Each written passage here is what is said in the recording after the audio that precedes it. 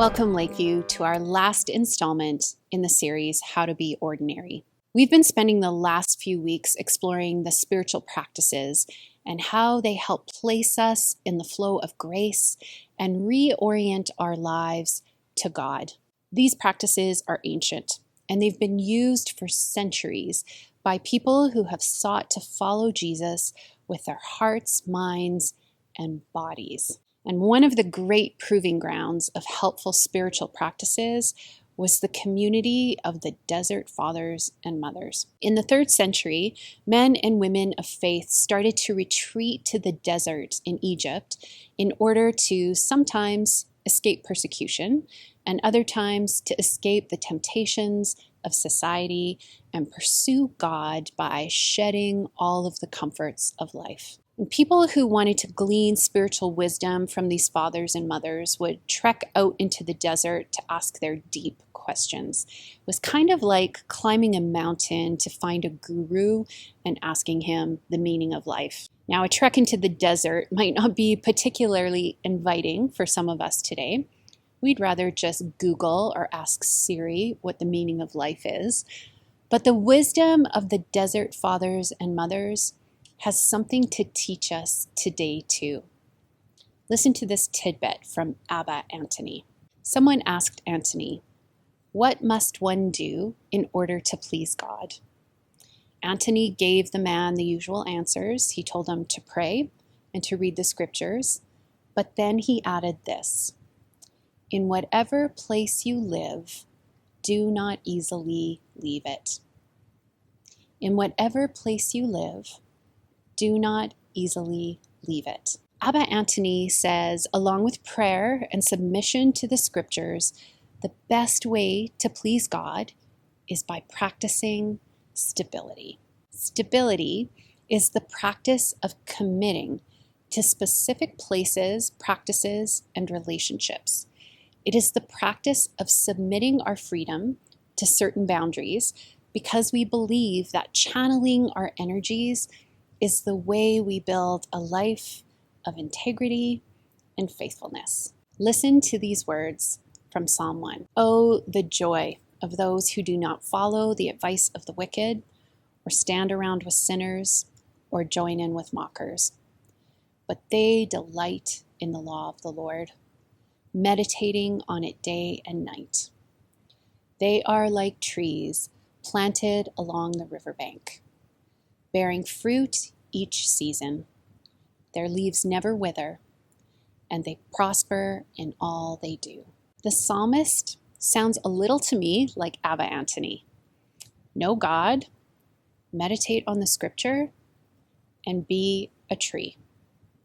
So, if you've ever planted a tree, you have some idea of what Abba Antony and the psalmist are talking about. I lived on an acreage for 12 years. We bought the house in 2006 from the original owners, Bruce and June, who built the house in 1979. But before they built the house, Bruce started planting trees. Now, a huge row of poplars borders all 4 sides of the property, with a row of pine trees on the inside and large bushes of lilacs on the outside. Now, I don't know what the property looked like when they first planted the shrubs and trees, but I imagine they were pretty tiny. But I do know what they looked like when we bought the house. My kids played in the leaves of those trees. They cleaned the leaves up every fall from those same trees when they shed them, and it always seemed to happen at one time, and always on Thanksgiving weekend. They climbed those trees. Those trees sheltered us from the snow. And when we left the acreage, those trees had grown bigger. And in them, we had built a life just by staying in one spot. Now, 3 years ago, I sold the acreage to another family. You might recognize this guy. Nathan and Ashley Rushton own the acreage now, and now they're building a life there. And along with that life, they have planted a new shelter belt of trees. Look at how little those trees are. Look how little Rowan is. But give them time. They won't stay that way. Imagine what those trees will look like in 30 years. They'll be like the ones that surround the house now. And in the meantime, the life of another family will have been built in the middle of them. And what it takes is just to plant them, to let them root, to put them in one place. And in the same way, choosing and honoring limits in our lives has the potential to bring abundance and growth, to help us build a life of meaning, to help us be a tree. And this is a picture of the practice of stability. You see, stability helps us counter the false promises of our culture. The promise that the key to our happiness and contentment, that the good life is in another place with another person or another community. In fact, our culture values freedom above everything. It tells us that if we place any limitation on our freedom by making choices, we have somehow undermined something essential about our humanity. And our obsession with freedom has put us in an impossible place. Because as soon as we choose something, we've undermined our freedom to choose whatever we want whenever we want, and therefore are no longer free. It's an impossible conundrum because we are set up to be free to do anything but choose. But the scriptures say something else about our freedom. Listen to Galatians 5. It is obvious what kind of life develops out of trying to get your own way all the time. Repetitive, loveless, cheap sex, a stinking accumulation of mental and emotional garbage, frenzied and joyless grabs for happiness, trinket gods, magic show religion, paranoid loneliness, cutthroat competition, all-consuming yet never satisfied wants, a brutal temper, an impotence to love or be loved, divided homes and divided lives, small-minded and lopsided pursuits, the vicious habit of depersonalizing everyone into a rival, uncontrolled and uncontrollable addictions, ugly parodies of community, and I could go on. But what happens when we live God's way? He brings gifts into our lives, much the same way that fruit appears in an orchard. Be a tree. Things like affection for others, exuberance about life, serenity. We develop a willingness to stick with things, a sense of compassion in the heart, and a conviction that basic holiness permeates things and people. We find ourselves involved in loyal commitments, not needing to force our way in life, able to marshal and direct our energies wisely. This passage makes it clear that freedom is given to us so that we can choose. That's what it's for. Kind of like a hammer is meant to pound a nail or scissors are meant to cut things. They're worthless tools if we don't use them. And freedom is also no good if we don't use it to make choices. Freedom is not an end in itself. It is meant to be used for something, like the building of a life. And stability helps us to use our freedom to make choices that border our lives. And like this passage says, that marshal our energies and our resources so that we can build lives of meaning and integrity, so that we can be a tree. Stability also has the capacity to transform us and our world. So about 20 years ago, I moved to Vancouver along with my little family to go back to school. Now, I grew up on the prairies and I hadn't lived anywhere else but here in Saskatoon and in Alberta. And I remember arriving in Vancouver and wondering why no one had ever told me such a beautiful place existed in Canada.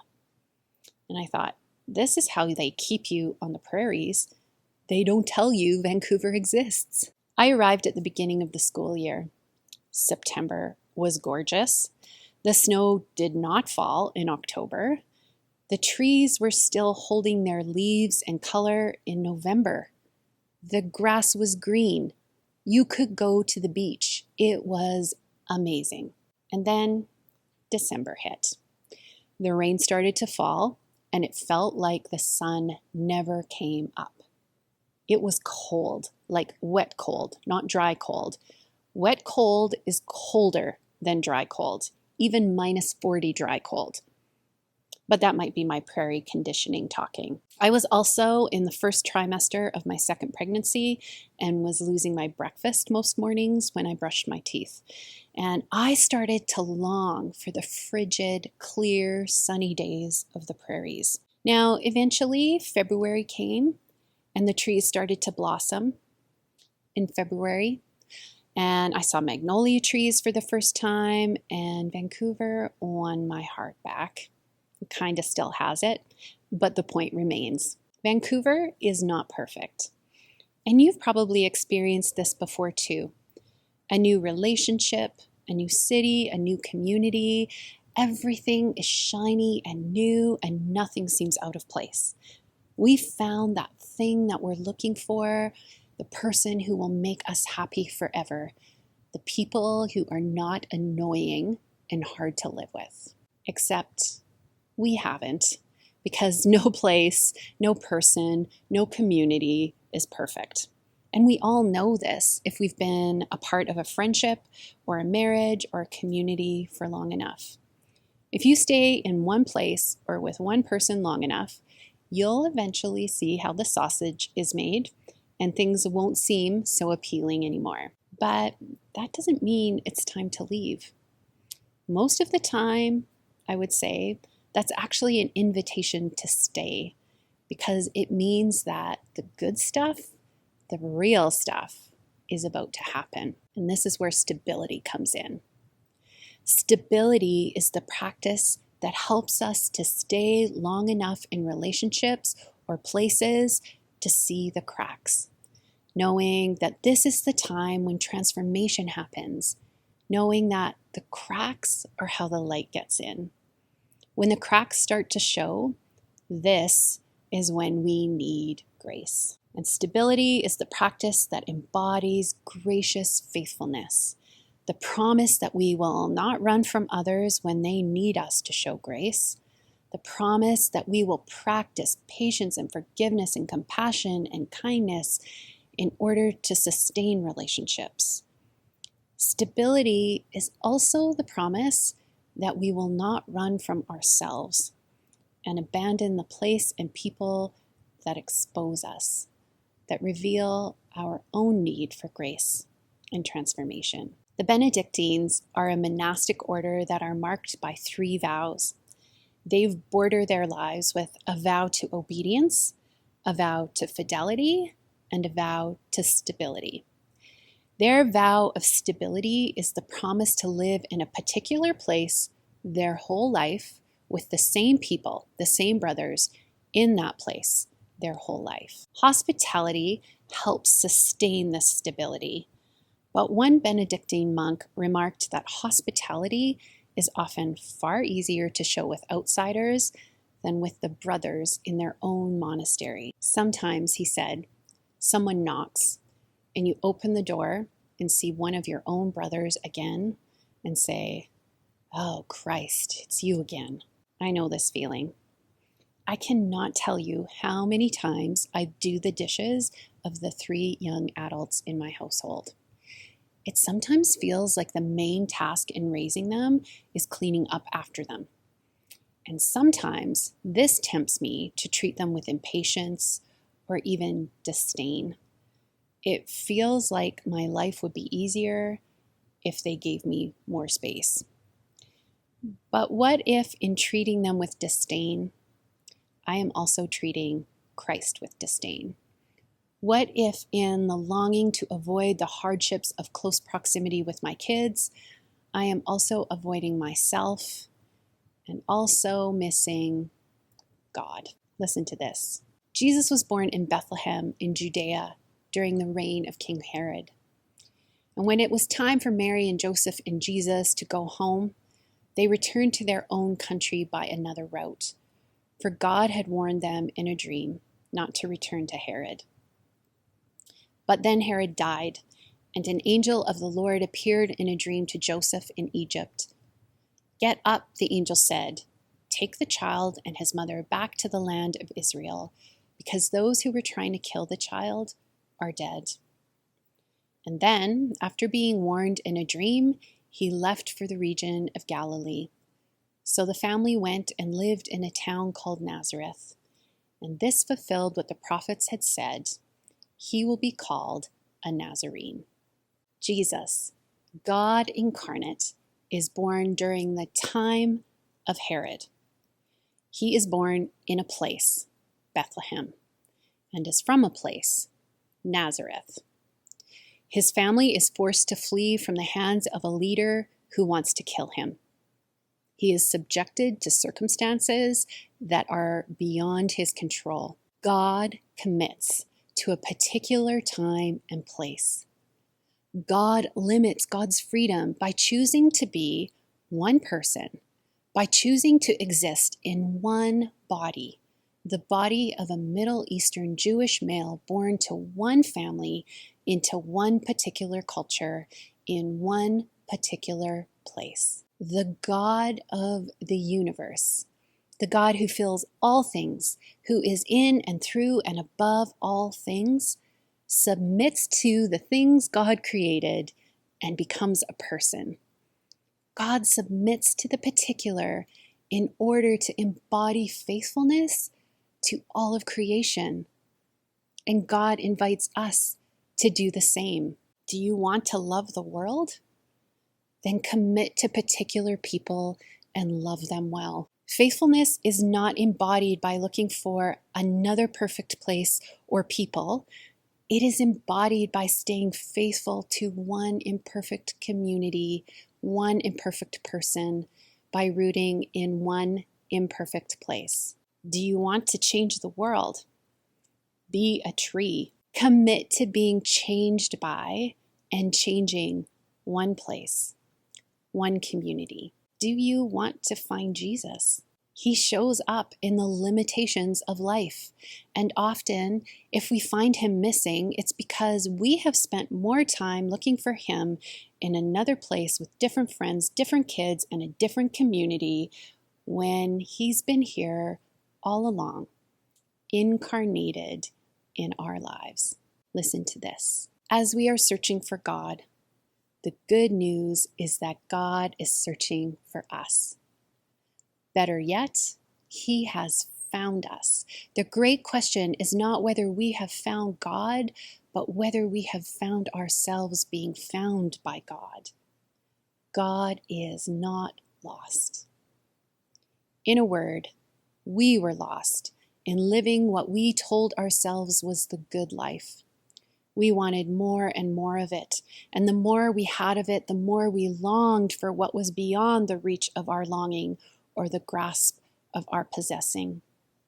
In our longing and our searching, we were blind to the gift already given.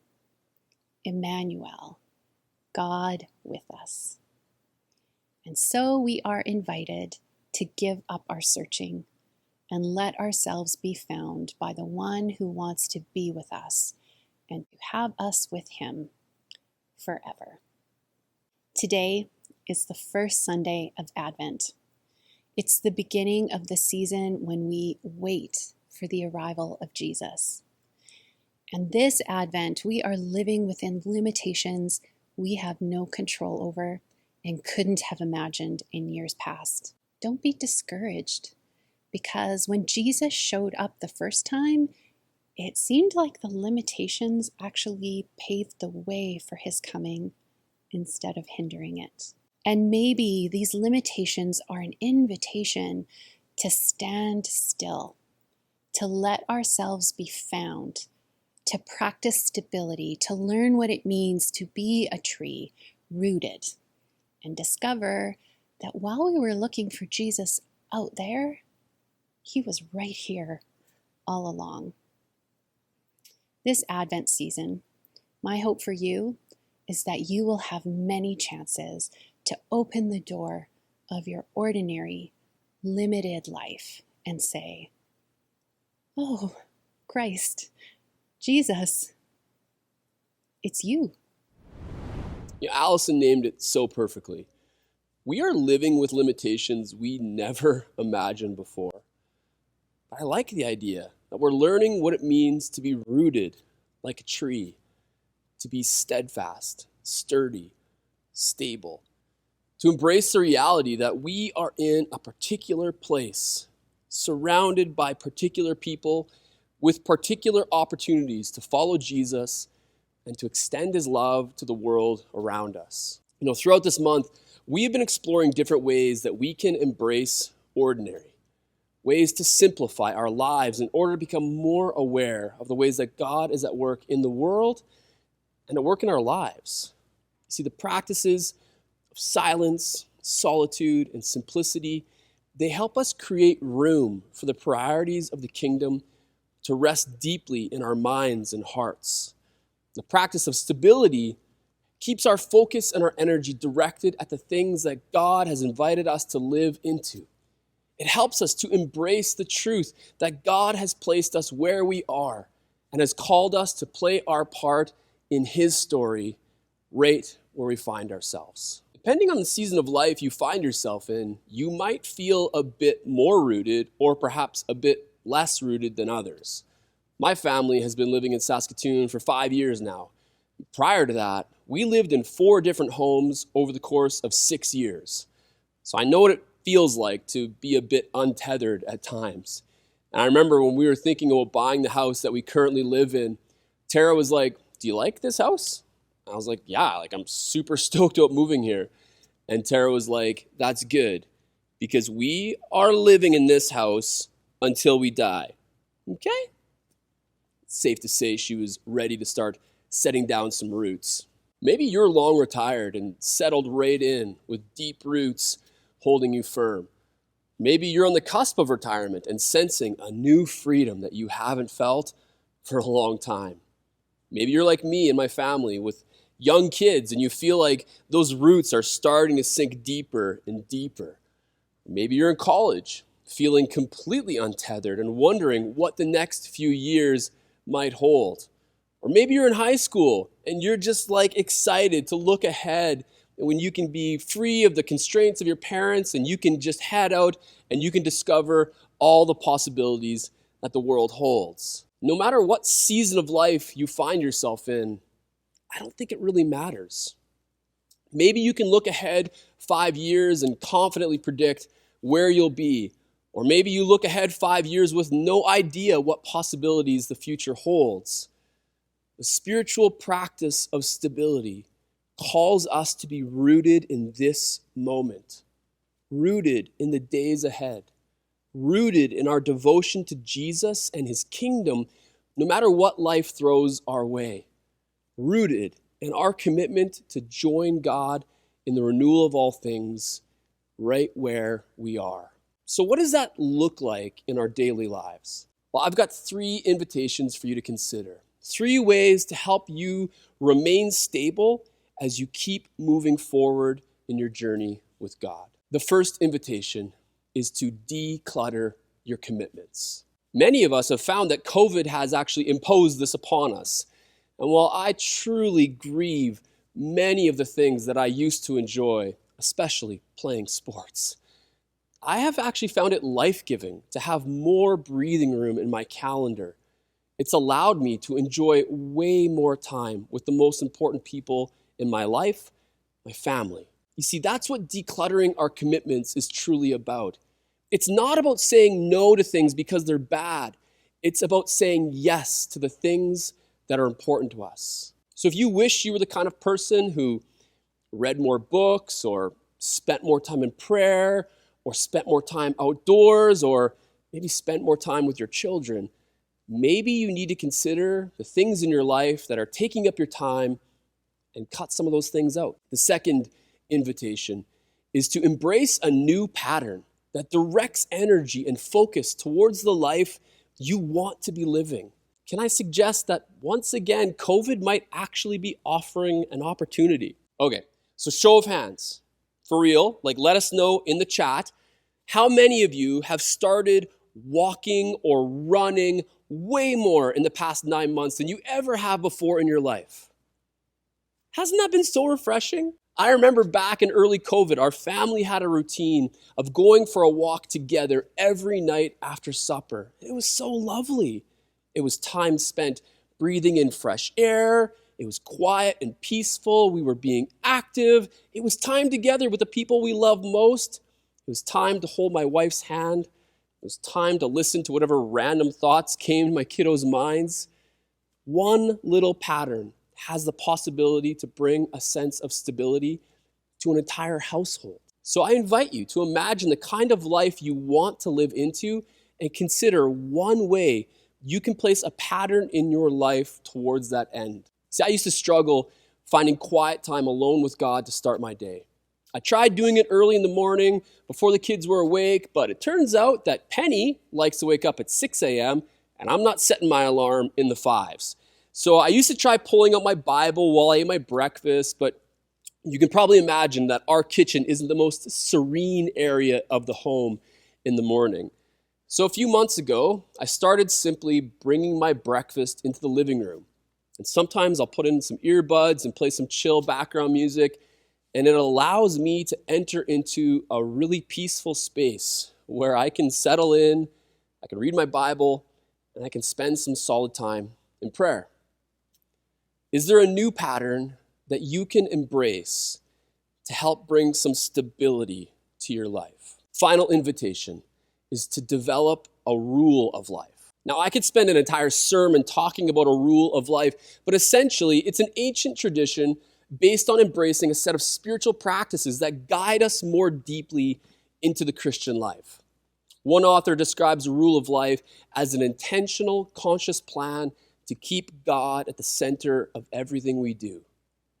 And if you like, you can spend your own time reading more about this, but can I suggest a simple place to start? And that is with our Lakeview Church postures.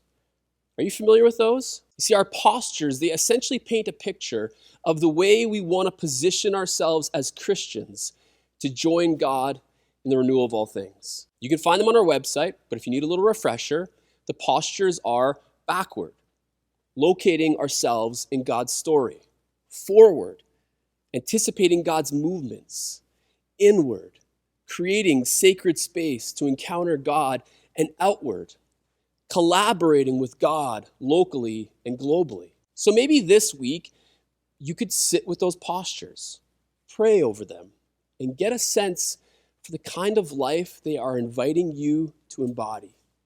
And perhaps you could start to map out the ways that you are personally going to embody them moving forward. And maybe that will involve continuing in some of the patterns and practices that you're already living into. And maybe that will involve adopting some new patterns and practices that will help you reorient your life more fully around Jesus. All throughout this month, we have been invited to embrace limitation, to slow our pace, to turn down the noise, to declutter the distractions, to simplify, so that we can fully live into the life we have right where we are. Maybe 5 years from now, you'll be in a totally different place. But for now, let's sink our roots deep into the opportunities before us to love God, love others, and tell His story.